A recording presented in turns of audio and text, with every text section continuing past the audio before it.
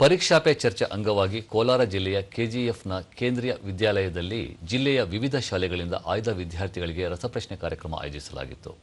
ಪರೀಕ್ಷೆಯ ಒತ್ತಡವನ್ನು ಹೋಗಲಾಡಿಸಿ ವಿದ್ಯಾರ್ಥಿಗಳು ಆತ್ಮವಿಶ್ವಾಸದಿಂದ ಅದನ್ನು ಎದುರಿಸುವಂತೆ ಮಾಡುವುದು ಕಾರ್ಯಕ್ರಮದ ಉದ್ದೇಶವಾಗಿದೆ.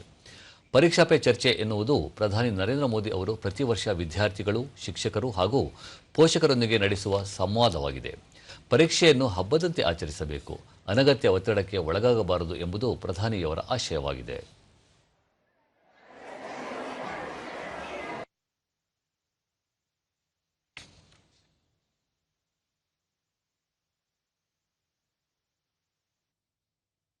ದೂರದರ್ಶನದೊಂದಿಗೆ ವಿದ್ಯಾಲಯದ ಪ್ರಾಂಶುಪಾಲ ಪ್ರಜಾಪತಿ, ಪರೀಕ್ಷಾ ಭಯ, ಒತ್ತಡ ನಿವಾರಣೆಗೆ ಈ ಕಾರ್ಯಕ್ರಮ ವಿದ್ಯಾರ್ಥಿಗಳಿಗೆ ಪೂರಕವಾಗಿದೆ ಎಂದರು.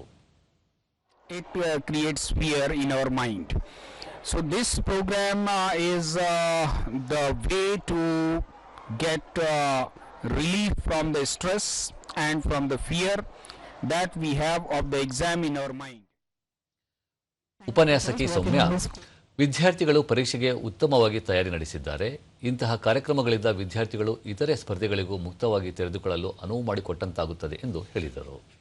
I believe works towards reducing the exam stress that they might have, and that is the whole point of this program itself. So I believe it's a good opportunity for them. ವಿದ್ಯಾರ್ಥಿ ವೇದಾಂತ್, ಕಾರ್ಯಕ್ರಮದ ಮೂಲಕ ಪರೀಕ್ಷಾ ದೃಷ್ಟಿಯಿಂದ ಸಾಕಷ್ಟು ಪ್ರಯೋಜನಕಾರಿ ಮಾಹಿತಿಗಳನ್ನು ಪಡೆದುಕೊಂಡಿದ್ದಾಗಿ ಹೇಳಿದರು. Sindoor and many defense organizations in India. Thank you. ವಿದ್ಯಾರ್ಥಿನಿ ಲಿಖಿತ, ಪ್ರಧಾನಿ ನರೇಂದ್ರ ಮೋದಿ ಅವರ ಪರೀಕ್ಷಾ ಯೋಧರು ಪುಸ್ತಕದಿಂದ ಸಾಕಷ್ಟು ಅನುಕೂಲವಾಗಲಿದೆ ಎಂದರು. To overcome this, and it was initiated on 7 May 2025. All thanks to our Prime Minister Narendra Modi, who showed up sovereignty, pride, unity and responsibility. ಮತ್ತೋರ್ವ ವಿದ್ಯಾರ್ಥಿನಿ, ಪರೀಕ್ಷಾ ಆತಂಕದಿಂದ ಪಾರಾಗಲು ಕಾರ್ಯಕ್ರಮ ನೆರವಾಯಿತು ಎಂದು ತಿಳಿಸಿದರು.